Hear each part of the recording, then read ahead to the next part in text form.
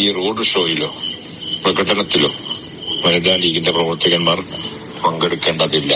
ആഘോഷപരമായ ആവേശത്തുമുർപ്പിന് അനുസരിച്ചുള്ള ഒരു പ്രതികരണത്തിലേക്ക് നമ്മുടെ മതപരമായ നിയന്ത്രണം നമ്മൾ അനുവദിക്കുന്നില്ല എന്നതുകൊണ്ട് ആ പരിപാടികളിൽ നിങ്ങളുടെ പങ്കാളിത്തം ഉണ്ടാവണം എന്ന് പാർട്ടി ആവശ്യപ്പെടുന്നില്ല.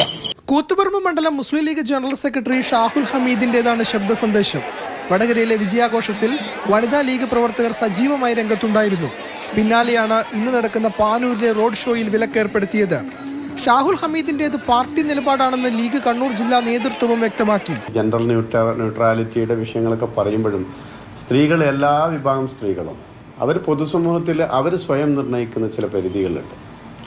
ആ പരിധികൾക്കപ്പുറത്തേക്ക് പുരുഷന്മാരെ പോലെ എല്ലാ കാര്യങ്ങളും സ്ത്രീകൾക്ക് ഇടപെടാൻ കഴിയില്ലല്ലോ. അതിനെക്കുറിച്ച് കൃത്യമായിട്ട് സ്ത്രീകൾക്കും ബോധ്യമുണ്ടാവും.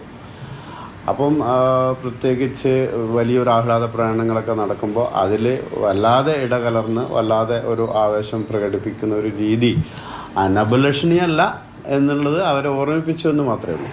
ഷാഫി പറമ്പലിന്റെ തെരഞ്ഞെടുപ്പ് പ്രചാരണ രംഗത്ത് ശക്തമായ സാന്നിധ്യമായിരുന്നു വനിതാ ലീഗ് പ്രവർത്തകർ.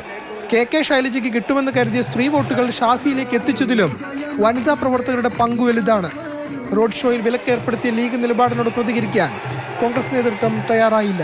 മാതൃഭൂമി ന്യൂസ്, കണ്ണൂർ.